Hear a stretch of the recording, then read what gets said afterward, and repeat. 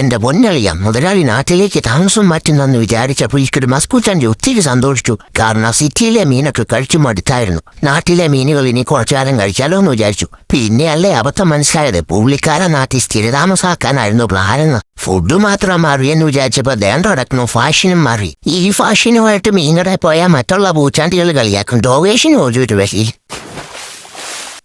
വിളിച്ചവരെല്ലാം വന്നിട്ടുണ്ട്. താര വിളിക്കാത്ത ആൾക്കാരും വന്നിട്ടുണ്ടല്ലോ. ഇവർക്കെല്ലാം കൂടെ ഫുഡ് തികയുമെന്തോ. ഡോഗേഷൻ ടീമും ഒക്കെ എത്തിയിട്ടുണ്ടെന്നാ കേട്ടത്. സദ്യ വിളമ്പുന്നവർക്കാണെ ഭയങ്കര തിരക്ക.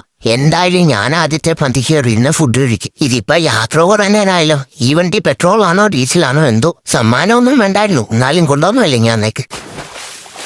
ഈ ക്രിസ്മസ് പൂച്ചാണ്ടി ഒരു പുലിയാണെന്നുള്ള കാര്യം നാട്ടിൽ ആർക്ക് സംശയമില്ല. എല്ലാവരും അതിനെക്കുറിച്ചൊപ്പം സംസാരിക്കുന്നത്. ഉണർന്നിരിക്കുമ്പോൾ മാത്രമല്ല കേട്ടോ ഈ ക്രിസ്മസ് പൂച്ചാണ്ടി പുലി. കുറങ്ങിക്കിടക്കുമ്പോഴും ഞാനൊരു പുലി തന്നെയാണ്. മണിക്കൂർ ഒന്നായി ഈ ക്രിസ്മസ് പൂച്ചാണ്ടി ഓടാൻ തുടങ്ങിയിട്ട്. ഈ ഓട്ടം ഞാൻ ഓടിയായിരുന്നെങ്കിൽ ഇപ്പൊ മീൻകട എത്തി 2 മീനും തിന്നിട്ട് അവിടെ വിശ്രമിക്കേണ്ട സമയം.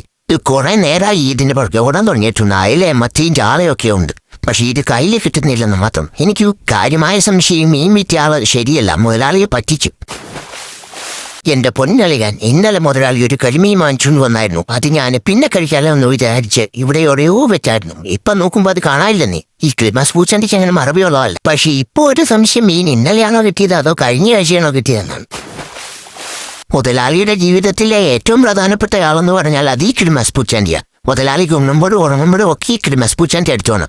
എന്തിനേറെ പറയുന്നു, മുതലാളി ഒന്ന് കണ്ണടയ്ക്കുന്നതിന് പോലും ഈ ക്രിസ്മസ് പൂച്ചാണ്ടിയെ വിളിച്ചിട്ടാണ് ഉറങ്ങാൻ കിടക്കണേ. അതുകൊണ്ട് തന്നെ ചിലപ്പോഴൊക്കെ ഈ ക്രിസ്മസ് പൂച്ചാണ്ടി എന്തിക്കാറുണ്ട്. ഞാനില്ലെങ്കിൽ ഈ മുതലാളി എന്ത് ചെയ്യും. അതുകൊണ്ട് മുതലാളി നാളെ 2 കൂട്ടം മീൻ വാങ്ങിച്ചേക്കണം.